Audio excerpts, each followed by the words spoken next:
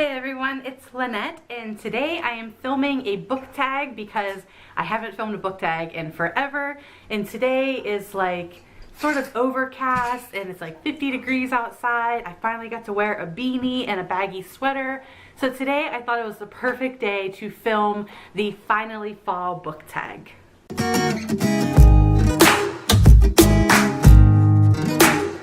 First question on the Finally Fall book tag is, in the fall the air is crisp and clear. Name a book with a vivid setting. So the book I chose for this, I just finished it at the end of August. It's Girl at the Grave. It was a very atmospheric book. It was about a murder that takes place in this little town. The atmosphere is very dark and gloomy, and everyone's a suspect in this little 18th century town, but it's very atmospheric. It's very good for fall. It's just, you can feel the dreariness of this book. Second question on the Finally Fall book tag is, nature is beautiful, but it's dying. Name a book that is beautifully written, but also deals with a heavy topic like death or grief. For this question, I picked the book Scythe by Neal Shusterman. I love this book so much. I finished it this summer, but it's beautifully written. It's a really interesting dystopian type world, but it deals with murder and death and suicide and self-harm. Basically, these scythes are like the angel of death. They go around and kill people because there's an overpopulation problem with the world, and that's how they control the overpopulation, because they've solved things like cancer and illness and natural kind of ways and illness kind of ways that people have died. People don't die from old age and things like that anymore. So medicine has really evolved, and now they have this overpopulation problem. So these scythes, basically, their one job is to control the overpopulation. Some scythes have a really ethical way about who they decide to glean, which is the term that they use for killing people. And other scythes you find are a little bit more corrupt, and they kind of enjoy killing, kind of like a serial killer, and they try to do it in the most brutal way possible. So this is a really great book, but it deals with some really dark and heavy issues. The third question on the Finally Fall book tag is, fall is back to school season. Share a nonfiction book that taught you something new. So for this, I chose The Notorious RBG, which is the life and times of Ruth Bader Ginsburg. If you don't know who Ruth Bader Ginsburg is, she is on the Supreme Court. She's probably 150 years old, but she is this cute little bird of a woman, very powerful woman, very much the forefront of the feminist movement. She's a feminist icon. But this was a great book. It kind of showed you ways that she's a glass ceiling breaker, and it showed you the inner workings sort of the Supreme Court and took you behind the scenes a little bit. A lot of it too is about her life and the struggles that she had of being a woman in law school in this male-dominated field. We're in a time where women hardly went to college. They went to finishing schools, or they were homemakers. So just the obstacles that she had to overcome to become a Supreme Court justice, when that wasn't really thought of for women for a long time. So this was great. It taught me a lot about our justice system. I love, because I'm a criminal justice major, so I really liked all the law and all the judicial things in it. So if you need a very inspiring book and want to learn about a very inspiring woman, I suggest reading The Notorious RBG. The fourth question in the Finally Fall book tag is, in order to keep warm, it's good to spend time with people we love. Name a fictional family or household or group of friends that you would love to be a part of. So of course, the obvious answer for me is the Harry Potter clique, being friends with Harry and Ron and Hermione, which is so funny because I already feel like I'm friends with them, even though they're not real, because I grew up with them. I was in the 5th grade when the first Harry Potter book came out, so I was 11 years old, the same as Harry and Ron and Hermione, so I felt like I was friends with them growing up. But just to pick something that's not as obvious, maybe it is obvious, but I would also like to be a part of the Night Court, or the Court of Dreams, with the Sarah J. Maas A Court of Thorns and Roses series. The Night Court just sounds so beautiful and just so mesmerizing, and I just really want to be a part of it. Plus, I really love Rhysand. He's my fictional crush. So the Night Court or the Harry Potter gang, either of those. The next question in the Finally Fall book tag is, fall is the perfect time for telling stories by the fireside. Share a book where someone is telling a story.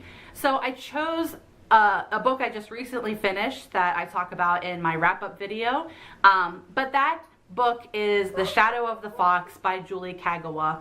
This book was, like, I compared it as like a Japanese Lord of the Rings kind of epic journey like that. But basically it's told in a dual narrative between the girl main character and the guy main character.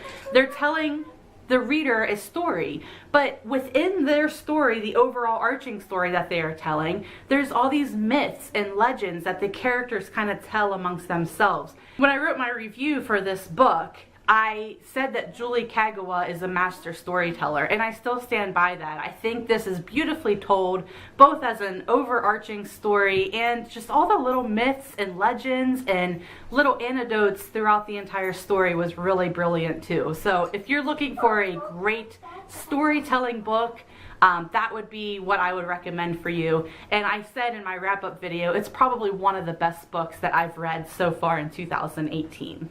Next question is, the nights are getting darker. Share a dark and creepy read. The book I chose for this question is The Diviners by Libba Bray. I'm not finished with it yet, but what I've read so far is really atmospheric. It's really creepy. It's really dark. There's a character, the main character, Evie, is she has these magical powers that nobody else seems to possess, but her uncle that she's staying with in New York is obsessed with the occult. He's obsessed with witches and dark powers and Ouija boards and spirits and things of that nature. Also, in the very first chapter, it talks about this spirit called Naughty John who has been unleashed into the world, and that he's really dark, evil's twisted kind of spirit, and it describes this house that smells of blood and rust and horrible things that took place there. So I think that this is going to be a really creepy read, but it's also a really interesting, beautiful read at the same time, because it's about the roaring 20s and there's flappers and it's like the golden age of Manhattan. So it's a really great book so far, so I will talk more about it in my October wrap-up when I finish it this month. The next question is, the days are getting colder. Name a short, heartwarming read that can warm up somebody's day.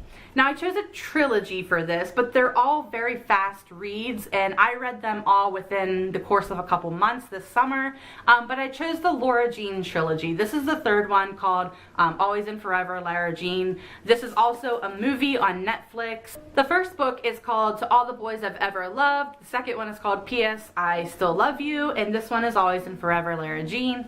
But these are really fun. Lara is just such a fun character. I really, really love how quirky and funky she is, and I just really love too that there is an Asian main character in this. I just think that that's something different and unique, and I really enjoyed that aspect. Seeing a little bit of the Asian culture come out in her family dynamics. But these are such heartwarming stories and very, very quick reads, even though it is a trilogy. But if you're looking for something that makes you laugh and makes you cry and just really warms your heart, then you will really like these books. The next question reads, fall returns every year. Name an old favorite that you would like to return to soon. So for Booktubeathon, I reread Harry Potter and the Philosopher's Stone, the Slytherin edition. They don't have those kind of editions for the second book, but after reading the first one, I had just forgotten how much I really, really love that series and just how good of a book it really is. So I went ahead and bought the rest of the books because mine got ruined in a flood. So I'm going to return to that series, and obviously I'm going to go in order. So the next one is Chamber of Secrets, which is probably one of my favorites. So I'm excited to return to Hogwarts and reread this story that I grew up with, and that that gave me my love of reading, and that I've just really loved clear into my adulthood. And the final question is, fall is the perfect time for cozy reading nights. Share your favorite cozy reading accessories. I don't have too many specific accessories that I have when I read. I have a certain corner of my couch that I kind of snuggle up with. I like to have a big, bulky sweater on, and of course a blankie, because even if it's 95 degrees, I'm wrapped in a blanket. Yes. But I did get this really awesome mug because I always have something next to me to drink that's like hot, like a coffee or a hot cocoa. I got this mug at Target a couple weeks ago. It is like the perfect size to like have an epic reading session. And it has the perfect saying on it because it says, "Let's stay home." And what perfect motto for an introvert like me who just likes to stay at home on Friday nights and read and not socialize with people. So this is the perfect fall mug. It's the perfect reading accessory, and I wanted to share it with you guys because I got it at Target for $3. So that is it for me for this Finally Fall book tag. If you like this video, give it a big thumbs up and be sure to subscribe to my channel. I try to post videos every Wednesday and Friday, so make sure you hit that notification bell as well so you know when I have a new video to share with you all. And thank you so much for watching and subscribing and commenting and all the good things that make me feel so good. And I will see you all in my next video. Bye guys.